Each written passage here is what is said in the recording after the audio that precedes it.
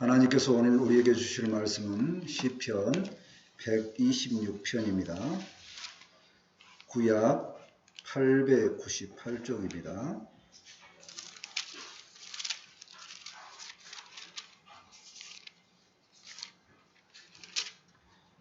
시편 126편입니다. 한 절씩 교독합니다.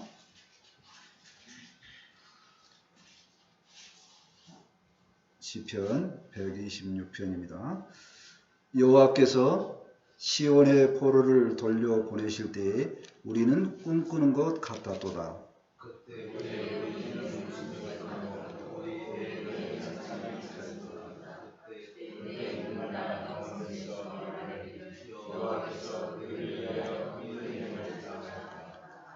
여호와께서 우리를 위하여 큰 일을 행하셨으니 우리는 기쁘도다.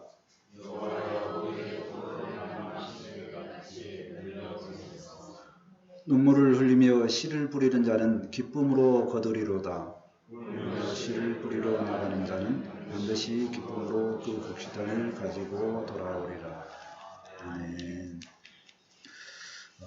추수감사에 어떠한 감사로 나갈까 생각하면서 우리가 하나님께 감사하는 모습은 다양한 모습이 있는데 하나님께 기쁨으로 영광을 돌리는 것이 아닐까 생각을 해봅니다. 그래서 시편 말씀을 준비를 했습니다.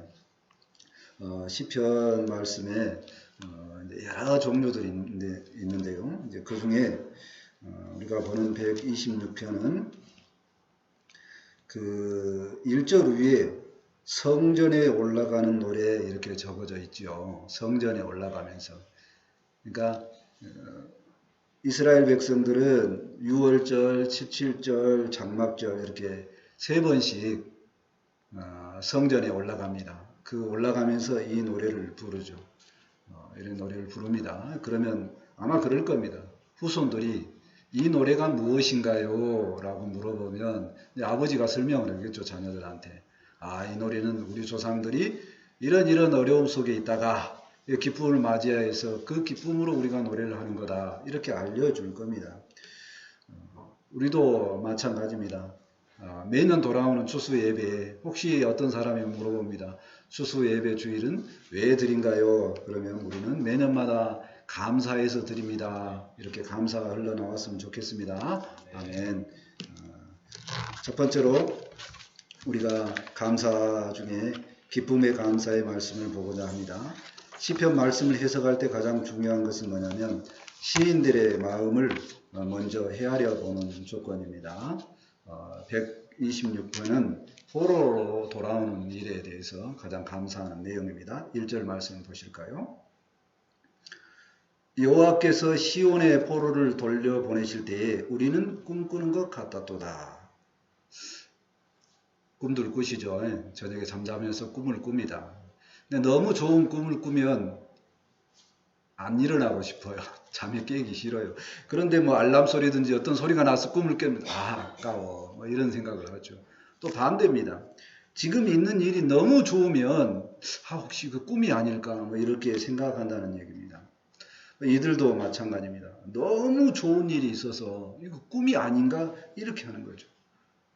왜 그런가요? 그들이 포로 생활을 70년 동안 했습니다. 70년 동안 했어요. 그러면 여기에는 이제 연세가 70이 넘으신 분들도 꽤 있는데 자녀들은 모릅니다. 포로로 항상 살았어요. 노예로 항상 살았어요. 근데 어느 날 갑자기 자유를 준다는 겁니다. 그러니까 너무나 좋은 일이어서 꿈꾸는 것 같다 이렇게 고백을 하죠. 그래서 그런 일이 있을 때 이 좋은 일을 가지고 무엇을 합니까? 2절 말씀을 보실까요? 그때 우리 입에는 웃음이 가득하고 우리 혀에는 찬양이 찼었도다. 그때의 문 나라 가운데에서 말하기를 여호와께서 그들을 위하여 큰 일을 행하셨다 하였도다. 너무 좋은 일이 있으면 웃음이 나옵니다. 남들이 뭐라고 눈치를 하든가 말든가 상관없이 나만 그냥 실실 웃고 다니죠. 웃고 다니면서 동시에 입에서는 노래가 흘러나옵니다. 잘 부른가요? 상관없습니다. 그냥 나만 좋으면 돼요. 누군가 상관이 없어요. 그렇게 해서 이렇게 노래를 하고 기뻐한다는 얘기입니다. 이스라엘 백성도 너무 좋은 일이 있어서 그렇게 찬양했고 고향으로 돌아오는 일이 너무 기쁜 일이었다 하는 얘기입니다. 주변 나라 사람들이 볼 때 이스라엘을 보고 진짜 너희 나라는 참 대단하다. 그 대단하신 하나님이 너희를 돌보셨구나. 이렇게 기뻐하고 이웃 나라가 부러워하더라 하는 얘기입니다. 포로로 돌아오는 그 기쁨에 대해서 좀 생각을 해보고자 하는데요. 포로로 사는 그 시간을 먼저 들어가 봐야 됩니다. 근데 우리는 포로로 살아본 적이 없으니까 얼마나 힘든지 모르죠. 근데 가끔가다 그 일제시대에 우리가 어떻게 살았을까 뭐 이렇게 할아버지들한테 이런 들어본 적이 있을 겁니다. 또 겪으셨던 분들도 있을지 모릅니다만 어쨌든 이들은 그러면 그 시대보다 일제시대보다 더 이전 세대입니다. 어떤 노예 생활을 했냐면요. 주로 하는 생활이 다리에다가 그 쇠사슬을 매죠.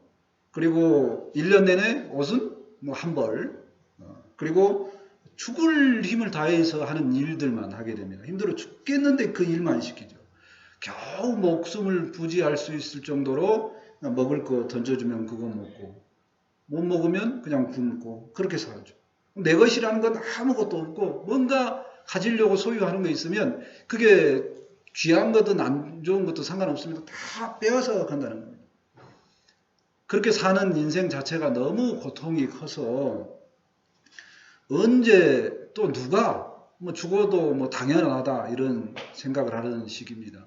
그래서 너무 힘들기 때문에 50이 되어서 뭐 이전에 그 다 죽는 거죠. 저는 이러한 고통을 잘 모릅니다. 근데 우리 어머니께서 뭐가 가장 힘들나요? 물어봤더니 그렇게 말씀하시더라고요. 자식을 앞세우는 마음의 고통이 가장 크다 이렇게 말씀하시더라고요.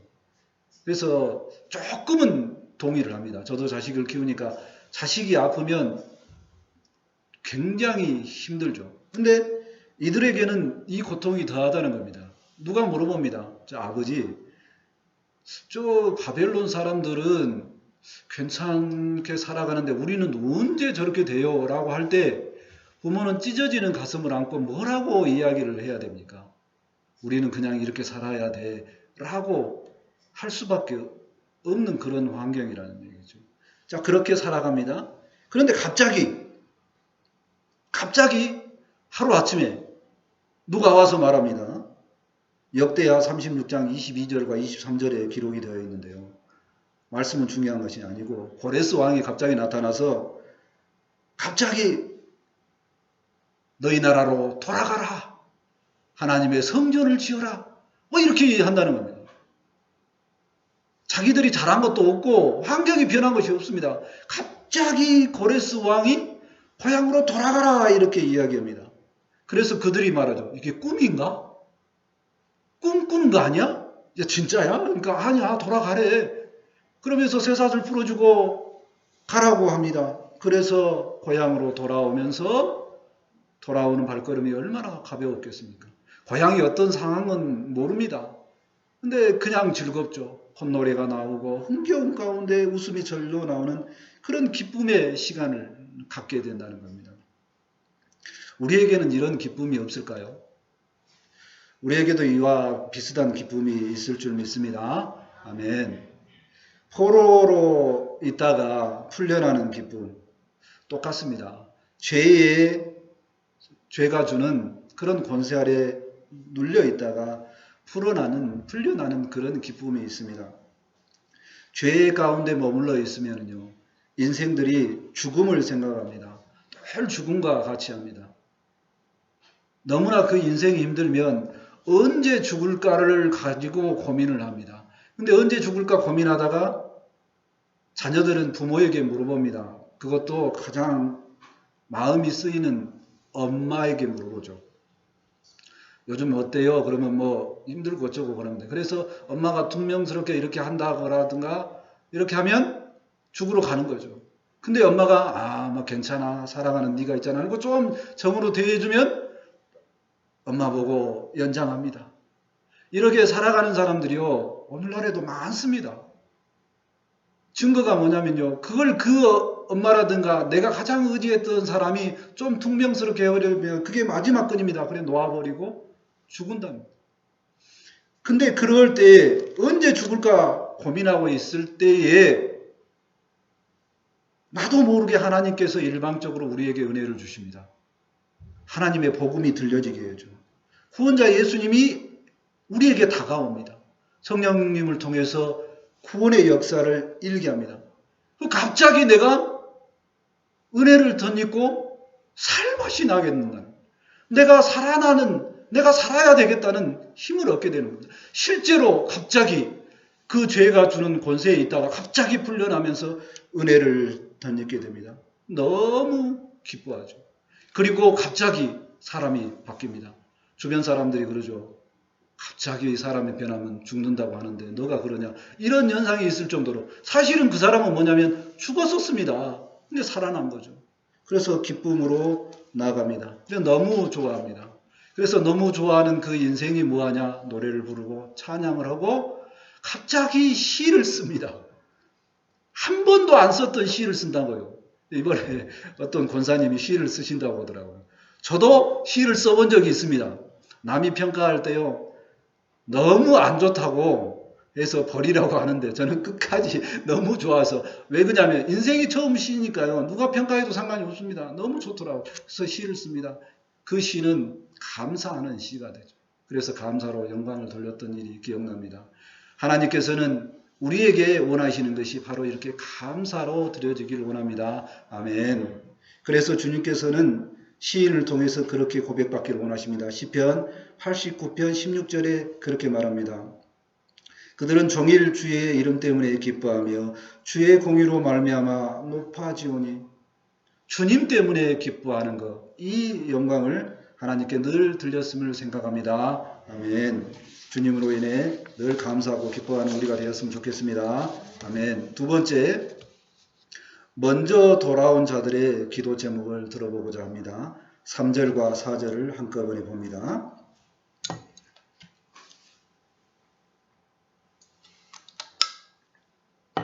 3절입니다. 여호와께서 우리를 위하여 큰 일을 행하셨으니 우리는 기쁘도다. 여호와여 우리의 포로를 남방 시내들 같이 돌려보내소서. 그들은 돌아왔습니다. 포로 가운데 70년 고생하다가 갑자기 돌아왔습니다. 너무 기뻐요. 근데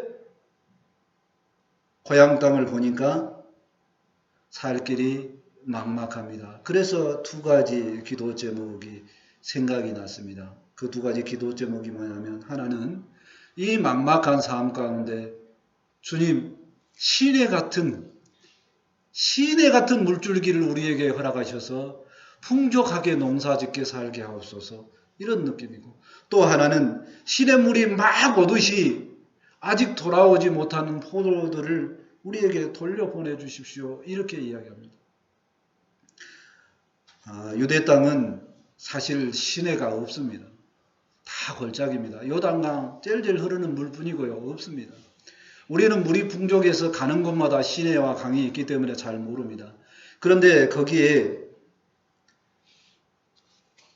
완전한 골짜기들만 있습니다. 그러다가 뭐예요? 갑자기 하나님께서 물을 주시면 마른 골짜기에 물이 가득하고, 또 그 다음에 땅이 침수하는 물이 아니기 때문에 강력하게 물이 흐른다는 얘기입니다. 굉장한 힘을 가지고 물이 온다는 거죠. 그 물이 오는 그 힘을 보면서 주변에 물줄기를 내고, 그래서 비옥한 땅을 일구고 주님께서 주시는 기쁨으로 농사를 짓게 되는 겁니다. 먼저 돌아온 자들의 기도에 대해서 생각을 해봅니다. 그들은 막막한 땅을 보면서 기도를 합니다. 첫 번째는 우리에게 남방 시내와 같은 물을 주십시오라고 기도를 하죠. 왜 그 기도를 하냐면, 주님께서 갑자기 포로 가운데 구원하신 그 은혜, 그렇게 우리를 구원해 주셨으니 그 하나님이 우리의 하나님이시니까 이 마른 땅에도 주님께서 은혜를 주실 줄 믿습니다. 하고 기도하는 겁니다. 주님께서 어제까지 또 지금까지 계속 함께 하신 그 은혜 주셨으니 오늘도 또 기도를 들어주시고 우리에게 은혜를 주실 줄 믿습니다. 라고 기도하는 겁니다. 두 번째 기도는 먼저 돌아온 우리는 이 기쁨을 누렸는데 아직 못 돌아온, 아직 바벨론 포로 가운데 있는 그 영혼들이 있습니다. 제가 그 고통을 압니다. 그러니 풀어주시고 우리에게 함께 할 수 있도록 돌려보내주십시오라고 기도를 합니다. 우리도 동일하게 기도하는 기도 제목들이 있습니다. 특히 기도할 때 많은 사람들과 교제하는 가운데 나하고 기도 제목이 비슷하면 간절한 마음이 들죠. 더 그 사람을 위해서 기도하는 마음이 생깁니다. 그거는 우리가 인간이기 때문에 어쩔 수 없습니다. 최근에 어떤 청년하고 이야기를 하는데 직장생활을 2년을 했는데 제가 볼 때는 그 직장이 그 청년하고 맞는 것 같기도 합니다. 근데 그 청년은 너무도 힘들다고 다시는 거기를 돌아보지 않겠다라고 이렇게 이야기를 하더라고요. 그래서 그 청년에게 그러냐고 그럼 이후의 계획이 어떠냐고 이렇게 이야기를 해서 마무리했는데 속에는 어떤 이야기를 해주고 싶었냐면 그렇게 힘든 시간이 죽음과 같은 시간이 어쩌면 주님 만나는 시간일지 모릅니다. 이 말을 해주고 싶었는데 제가 해주지는 못했습니다. 그리고 돌아와서 기도를 했고 또 여전히 그 청년을 위해서는 기도를 하고 있습니다. 우리도 똑같습니다. 각자마다 다 아픔이 있습니다. 그리고 그 아픔이 기도 가운데 해결되었으면 더 기도해주고 싶은 마음이 있죠. 이스라엘 백성도 똑같다는 얘기입니다. 포로 가운데 돌아왔으니 좋아서 기도를 해주는 거죠. 우리가 그런 사람들, 동일한 사람들을 위해서 기도를 해줬으면 좋겠습니다. 아멘. 우리는 이미 포로에서 돌아온 자들입니다. 성도들은 죽음의 권세에서 돌아온 자들입니다. 재포로된 자들의 그 고통을 압니다. 죽음과 멀지 않는 그들의 고통을 압니다. 그러니까 그 영혼들을 생각할 때 들어주시고 기도해 주시고 그랬으면 좋을 것 같습니다. 아멘. 혹여나 여기에 계신 분 중에 아직도 죄의 무게가 무겁다면 아직 내가 포로 가운데 있다는 그런 두려움이 있으면 주변에 가장 가까운 사람에게 이야기를 했으면 좋겠습니다. 그러면 그 소식을 듣고 그 사람은 반드시 기도해 줄 걸로 믿습니다. 아멘. 예수님도 동일하게 제자들에게 그러한 기도의 부탁을 합니다. 어떤 기도의 부탁을 하냐면요. 예수님이 겟세마네 기도를 하시기 전입니다. 제자들에게 이제 곧 헤어져야 됩니다. 베드로를 보니까 조금 있다가 나를 배반할 것 같습니다. 얼마나 헤어지는 그 고통 가운데 예수님이 마음이 아플까요? 그런데 베드로에게 기도의 부탁을 합니다. 왜 그러냐면 그 이유를 알기 때문입니다.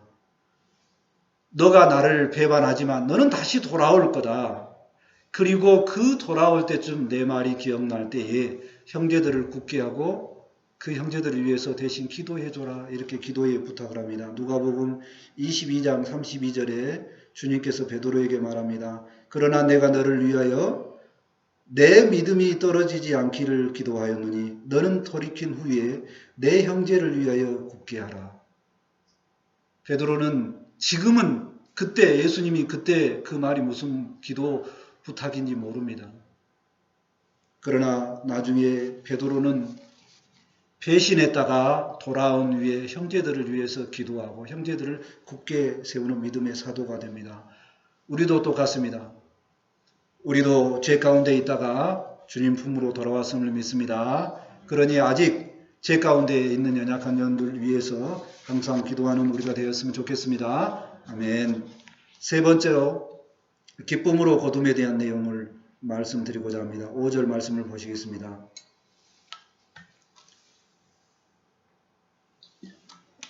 눈물을 흘리며 씨를 뿌리는 자는 기쁨으로 거두리로다. 눈물을 흘리면서 씨 뿌리는 자가 기쁨으로 거둔다는 말인데요. 밭에 씨를 뿌릴 때 왜 눈물이 날까요?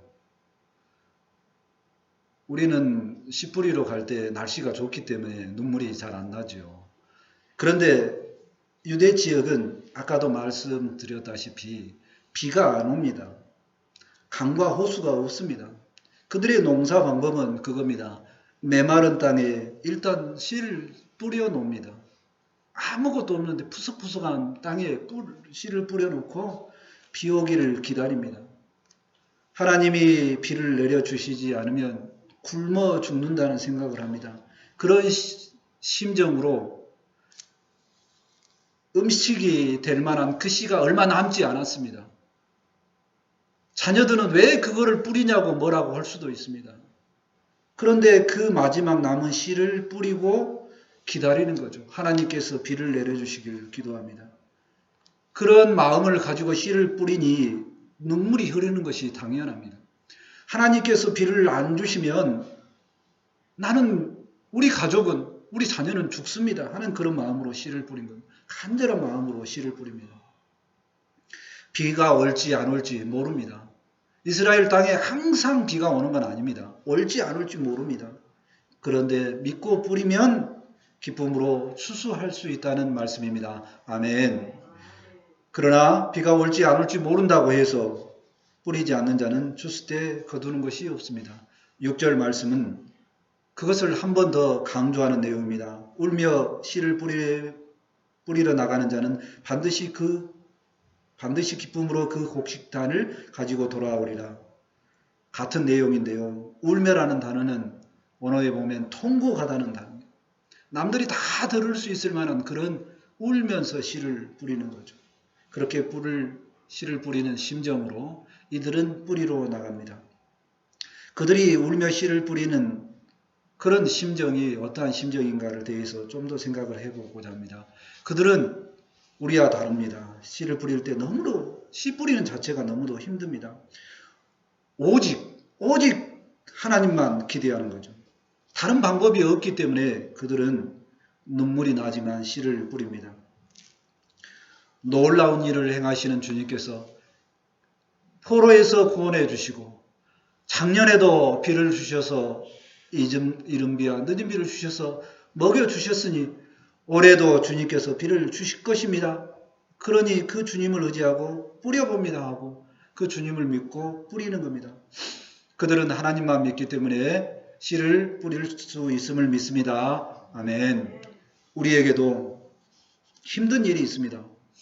그래도 뿌려야 되는, 그 뿌리는, 눈물로 뿌리는 그런 일이 있을 줄 믿습니다. 자녀들을 키울 때 특히 더 해주지 못해서 힘듭니다. 그러나 우리는 하나님만 믿고 자녀를 위해서 기도하죠. 그러면 시간이 지나고 나면 더 잘해준 자녀보다 못해준 자녀가 더 잘 될 때도 있습니다. 오히려 하나님께 감사가 되죠. 마찬가지입니다. 자녀뿐만 아니라 또는 굉장히 새로운 일을 시도할 때입니다. 남들이 그거 아니다 라고 이야기를 하면 될지 않을지 모르죠. 새로운 일을 시도하니. 그래도 씨를 뿌리는 가운데 하나님께서 복 주십시오. 믿고 기도하는 가운데 뿌려보면 열매가 있을 줄 믿습니다. 아멘. 동일합니다. 우리는 형제에게 사랑의 씨를 뿌려야 됩니다. 안 받아도 뿌려야 됩니다. 믿지 않는 자들을 위해서 복음의 씨를 뿌려야 됩니다. 안 받아도 뿌려야 됩니다. 또 개인적으로도 배움이 부족하다고 생각하면 배움의 씨를 뿌려야 됩니다. 또 건강이 좋지 않으면 건강을 위해서 운동의 씨를 뿌려야 됩니다. 남들보다 더 열매가 풍족하지 못하더라도 내가 지금 이 씨를 뿌리는 것은 주님께서 은혜를 주실 것을 믿고 뿌리는 줄로 믿습니다. 아멘. 그렇게 씨를 뿌리면 반드시 기쁨의 단을 거둘 것을 믿습니다. 아멘. 매년 돌아오는 추수감사 주일입니다. 이 감사 주일은 무엇을 하는 날인가요? 결과에 대한 감사하는 예배의 시간입니다. 하나님께서 비도 주시고 은혜도 주셨기 때문에 열매를 뵙게 해주셨습니다. 감사합니다 하고 기도를 들어주신 하나님께 감사하는 그런 감사 예배인 줄 믿습니다. 아멘. 우리가 풍족한 열매 때문에도 감사하지만 그 열매를 맺게 하시기까지 비도 주시고 늘 돌봐주신 하나님의 은혜를 생각하면서 돌보시는 그 하나님의 은혜를 생각하면서 감사하는 시간인 줄 믿습니다. 아멘. 올해도 키워주시니 참으로 감사합니다. 우리가 늘 하나님께 감사하는 그런 모두가 되었으면 좋겠습니다. 아멘. 감사는 최고의 예배입니다. 하나님께서 그렇게 말씀하셨습니다. 시편 50절 23절에 감사로 제사를 드리는 자가 나를 영화롭게 하나니. 감사는 하나님께 드리는 가장 최고의 예배인 줄 믿습니다. 아멘. 기도합니다. 하나님 감사합니다. 주님께서 돌봐주시는 1년을 감사하며 주님께 감사의 예배를 돌려드립니다. 우리가 어려운 중에서도 씨를 뿌리고 하나님 아버지 부족한 중에도 씨를 뿌립니다. 그것은 주님께서 늘 돌보시고 함께 하신 은혜를 생각하면서 씨를 뿌렸습니다. 하나님 그 씨를 뿌릴 때마다 하나님께서는 기쁨으로 씨를 거두고 추수하게 하시고 기쁨으로 단을 들고 나오게 하셨습니다. 하나님 그 은혜를 감사하여 이 시간 귀한 은혜를 돌려드립니다. 하나님께서 우리에게 그 복을 주셨사오니 감사가 넘치게 하여 주옵소서. 이 감사가 일평생 살아가는 은혜의 행복의 말씀이 될 수 있도록 함께하여 주옵소서. 이제 말씀을 받았으니 감사가 넘치게 도와주시고 능력이 되고 힘이 될 수 있도록 함께하여 주옵소서. 감사하며 예수님의 이름으로 기도합니다. 아멘. 이제 다 같이 찬송 589장 하시고 준비하신 힘을 하나님께 드립니다.